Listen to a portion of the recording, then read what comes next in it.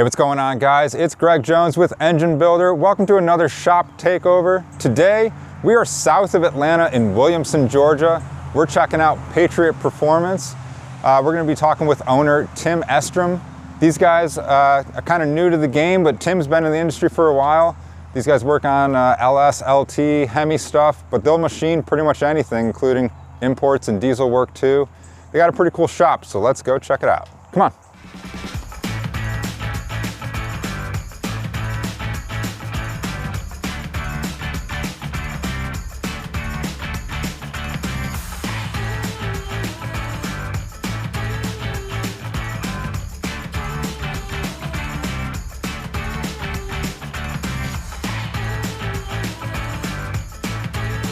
No shortcuts, no substitutes, no compromises. Great racers and engine builders choose Driven Racing Oil. All right, guys, so here we are inside Patriot Performance. I'm joined by owner Tim Estrem. Tim, nice to meet you, man. Nice to meet you, Greg. Thanks so much for having us down. We're excited to see the shop. You know, we've been following you guys on social media for a little while and seeing a bunch of cool things that you have going on. So I'm psyched to be here in person and check out what you guys do. Before we take a walk around and show the folks the machine shop and everything that you guys have going on, tell the folks a little bit of your history, you know, in this industry and Patriot Performance in particular. So I started doing this about 9 years ago. Okay. I started working on motors and whatnot, and it started as, I guess it was like a side job that I was doing. I did heavy duty diesel work for a dealership. Okay. And I started doing that when I got out of the Marine Corps, and I worked at that for a while, and I had a buddy of mine who owns a performance shop about 45 minutes away. His engine builder fumbled the ball, couldn't get the thing done for him, and he had to have it built by the weekend. Yeah. So he's like, you build diesel motors, there's probably not that big of a difference between them. Yeah. So the next thing you know, he shows up at my house and has a pallet full of stuff, and he's like, can you roll it together for me by the end of the weekend? Wow. Rolled it together, everything was fine, and that was kind of my start of building motors on the side, and I was building them in my detached garage at my house. And as time progressed, I bought better tooling, learned more of what I was doing, why I was doing it, the method of the madness, and whatnot. And I had some really good mentors along the way. And then we moved out here, and I started taking my block work over to this building to get machine work done to it. And I ended up coming out so much, the owner of the building offered me, he's like, just how about I give you a key and we'll work out a lease and you can do it yourself because you're extremely picky and we're having a hard time with it. So I worked out here side by side with them inside the same building for, it was probably 3 or 4 years.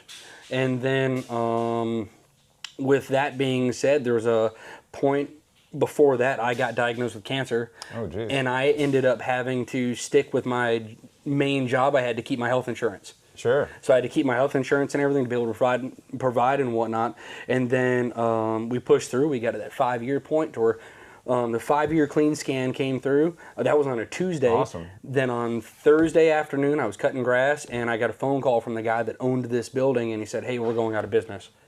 Do you want the whole shop, or we can start selling stuff out and you're done too? And then on Monday, I was really thinking about it, praying about it, trying to figure out what we were doing, talk to my wife and whatnot. I went out to the customer that's been feeding me for 4 or 5 years doing diesel work. And they told me that they were having budget cuts and they're going to have to cut back how much volume of work they could give me. And I was going to have to find a new customer ultimately. And at that point, it kind of shoehorned me into saying, I guess we're just going to go for it. Yeah. You know, I'd feel everything kind of lined up. Yeah, I'd feel really dumb if I didn't. Yeah, I'd feel really dumb if I didn't try. You know, what's the worst that happens? I have to go get a job. You know, so no, we took a stab at it, and we've been out here for about 2.5, almost 3 years, full time, and we've changed a lot with the shop. We remodeled a lot and started buying new machines, getting new equipment, and you know, fine tuning our process. Very cool, very cool. So Tim, like you were just saying, you got this big diesel background, but you know, these days you guys are doing a lot of the V8 domestic stuff, LS, LT, Hemi type stuff. I've got some 24 valve stuff that I do. Okay. I got some 24 valve stuff that I do. I've got one of those in here now, and I'll hoop Duramax heads and Ford heads. I'll do hoops and stuff like that, and O-ring. You know, I'll do all that for them too. So I kind of try and stay true to that. Most of the diesel shops around here just want me to do their machine work, and they want to build them. Yeah. I'm completely okay with that. Yeah. You know, I'm completely okay with that. I'm done picking up heavy stuff. Yeah. And everything diesel is heavy. Absolutely, absolutely. Well, very cool. Well. And Tim, congrats on being cancer-free now for a few years. That's awesome too. I'm sure you're psyched for that. Yeah, it's a blessing. Glory be to God on it. It was really, really cool. Yeah. It was the way everything worked out. It was really cool. You know, I couldn't ask for it to be better. Awesome. Well, Tim, with that, we'd love to see you around the shop. So I'm going to let you kind of take charge here, and we'll follow behind and rock and roll. Ask some questions. Let's go for a walk. All right. Driven Racing Oil's GP1 Nitro 70. Trusted by top engine builders, winning racers, and devoted horsepower enthusiasts across the world. Driven takes legendary base oils, such as the ones from Bradford, Pennsylvania, which comprise our GP1 line. Then, we boost that superior base oil with state-of-the-art additive packages. Driven's GP1 Nitro 70 not only provides anti-wear protection, but can shield cylinders from washout and fuel dilution caused by methanol or nitro-based fuels. Learn more about Driven Racing Oil by following us on Facebook or Instagram at Driven Racing Oil, or shop now at drivenracingoil.com.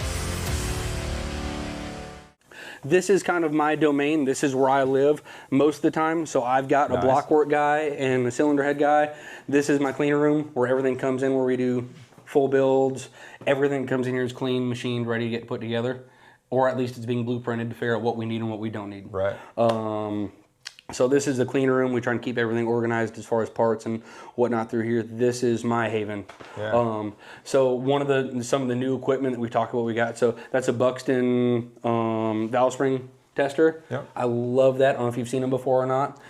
You know, I've seen obviously plenty of valve spring testers, but I'm not sure I've seen one that's exactly like that. So we hooked this one up. When we run this through, it's calibrated super high, super high quality. It's calibrated. We actually hooked that up to a laptop. Okay. So we'll test every spring, and we can save the spring data. So whenever it comes back through and we test the spring, you can actually plot it and see what the difference is between them. So when I tell a customer they need springs, it's because they need springs. It's not because I want to sell them as springs. The proof is there, right? Yeah, so with that being said, it really helps us calculate a lot of seat pressure, valve spring, RPM stuff. We can figure out everything that we need to with that, you know.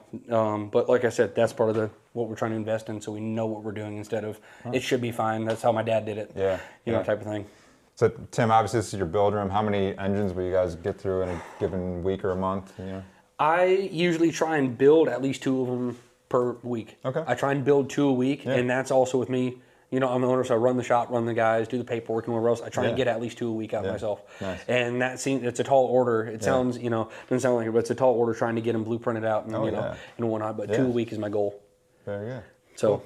Then you got some parts back here, a little part shelf? Yep, parts shelf and whatnot. We're still rearranging, moving stuff around, but we're trying to allocate, you know, shelves for builds and whatnot. But this is getting transformed into just everything that's getting built has its own shelf, its own allocated. But it's been a lot. When we moved into this building, we ended up throwing 5 rollbacks worth of garbage and scrap and whatever. They hoarded everything. Yeah. You know, you know, you don't own the building or whatever, you can't do anything but just work in your clean area and try and keep it clean. But, you know, we're still even 2.5 years going through the process of purging and getting rid of stuff and trying to get it cleaned up. I mean, we had this whole room with shelves like those just lined through here. They had old refrigerators, bicycle helmets, like spigots from their house, toilet seat covers. Like, what are we, what are we doing here? What are we hanging on to that stuff for? Yeah, absolutely.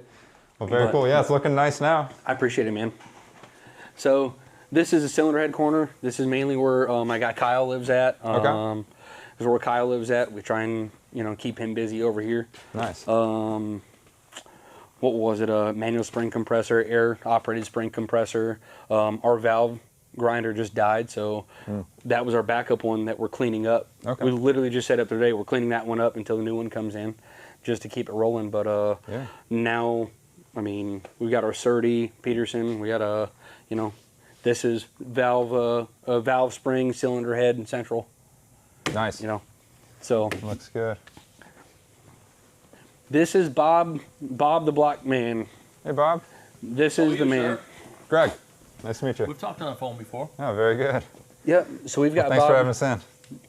Bob Day, he does all of our block work and whatnot. Okay. Phenomenal machinist.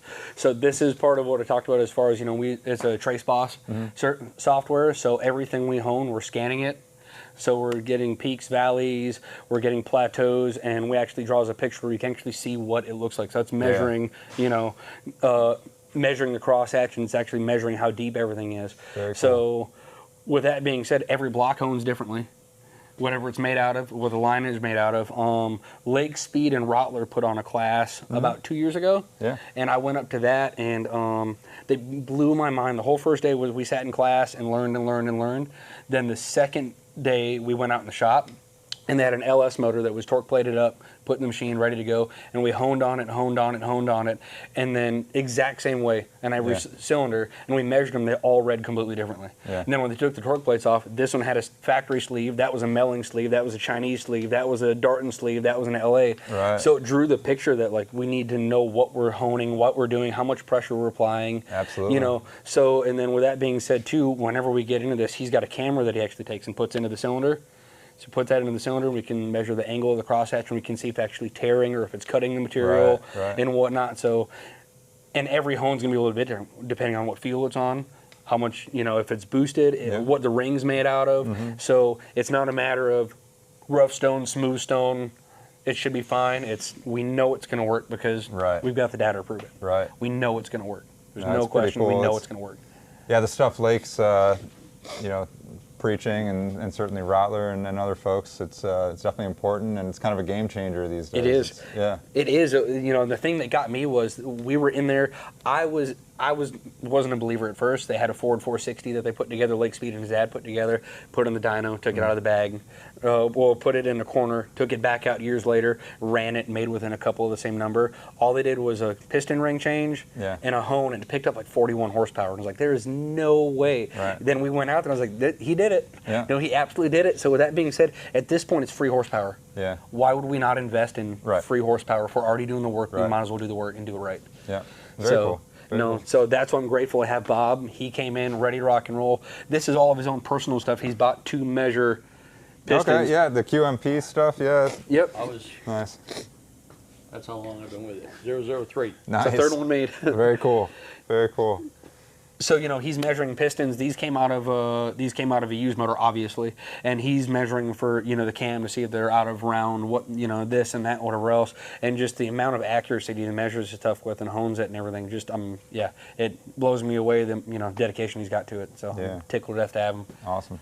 It's good to have all the right measurement stuff. So. Yep. Awesome. And then we get goofy stuff in like this, you know, an old wedge block. I'm assuming you've seen one of those. So we had to sleeve that one. So that one got a sleeve. You know, that one got a sleeve. It's it wasn't super difficult, but it was just one of those. Got to be patient, work through it. But that was an interesting one to do. Rock and roll. So this is a new surfacer we got. Love the Rottler stuff. Rottler stuff. Rottler line hone. And this is kind of where Bob lives in this cube right here. This is Bob's cube. Running these. If we see Bob outside of this, we're not making money. Something's bad. If Bob isn't within this 20 by 20 square, something's not right. So I don't know if I need like a small refrigerator or something like that over here, or a vending machine for him. But if Bob's not here, we're in a bad way. Very good. But what was it? Crank balancing, super important. I've learned that more and more and more. Crank balancing, super important. So I'm glad we got that in house, so we can. You know, even if you get a balance set, you can check it. And you got the CWT. Yep. Nice. Older machine, but God, it works. And you know, you talk to them, and they say, "Don't change anything. If it's working, don't break it." You know, just keep on trucking with it. You know. Good. So these are the dinosaurs. I'm probably gonna be getting rid of 2 of them. We got 2 crank turning machines that I never use, but they belong to the owner of the building. I can't get rid of them. And at this point, they've waited so long, they're worth their weight in scrap. You know, that one was from, I think he said it was like the 60s or something like that. It's just an old machine. I mean, it's cool to see them, but it's just an old machine. It's not it's not super intricate, or like it's not, the fine-tuning adjustments just aren't quite there. And honestly, in today's day and age, it's so difficult to turn a crankshaft and make money on it, especially you get a Gen 1 small block crankshaft that's $170 off the shelf from Summit, brand new. I can't turn a crank for that. You know, I can't do that. So it's almost like a dying art. So we'll turn them if it's a weird motor. We had a Mitsubishi crank in here that they're really tough to find and they're expensive. So we'll turn those, but you know, weird stuff like that are fine. But for the most part, usually people end up buying a new crank. Yeah, like you said, it's kind of a dying art. It is, but we're here. We're here. So Tim, how many full-time guys do you have? I've got Bob as my full-time guy, and I've got Kyle about 3.5, 4 days a week. Okay. 3.5, 4 days a week. Very good. Kyle is an absolute brain. He's actually a sales guy at Summit. Okay. I met him up there, and he did all my parts ordering and stuff. Absolute brain. So I asked him to come out here and do some part-time work with me, and he's walking through the shop and was like, "That is a 350 rocket. You have to be careful with this cylinder head and that one. Just he can rattle the stuff off. He knows what he's doing." Nice. So extremely valuable. I love having Kyle out here. Yeah. I want to talk him into being out here full time as soon as humanly possible. But Yeah, well, we need 2 more days, right? yeah, exactly. No, but I love having Kyle out here. He's an absolute brain. But this is kind of a receiving bay. Okay. That cabinet right there is for aluminum. It's aluminum only, big ultrasonic and whatnot. The other building we have across the driveway has our big iron stuff. It's caustic, it's nasty. We have the bake and tumble machines. We got all that stuff to keep it all over there, so all the dirty stays over there, and when it comes in here, it's clean. No cross contamination or anything like that. Yeah, no, that's smart. Nice. So trying to anyways. Yeah. But then we got our 2 mills, rod hone, piston press, standard stuff or whatever, and just trying to keep old machines happy and working until we can replace them with new fancy stuff. Yeah. So Tim, how many square feet do you guys have? This is 6,000 here. Okay. This is 6,000 square feet here, including the clean room. And then we've got the other building over there. I think that one's 2,400. Okay. 2,400, and that's just a clean building, so just tear downs. And that building is just meant to be, we call it the dungeon. Yeah. It's just meant to be gross and dirty, tear stuff apart, right. and it is what it is. Yeah. Then bring it over here clean when it's done. Nice. So well, that's a good amount of space. So. It's not bad, and we're still trying to figure it out. I can't tell you how many times we've done, we come in here on a weekend, we're not leaving until we try and rearrange everything and see if it works better. Because we just want it to be efficient, and right now this is about the best we've gotten it so far. So we'll just keep on tweaking it until we make it happy. And then we got storage upstairs. Okay, yeah. Got more storage upstairs, which is just a bunch of old, it's older blocks that are clean, baked, tumbled, and whatever else, and then some of the stuff that the owner wants to hoard still. Okay. I think there's like a soapbox derby car up there.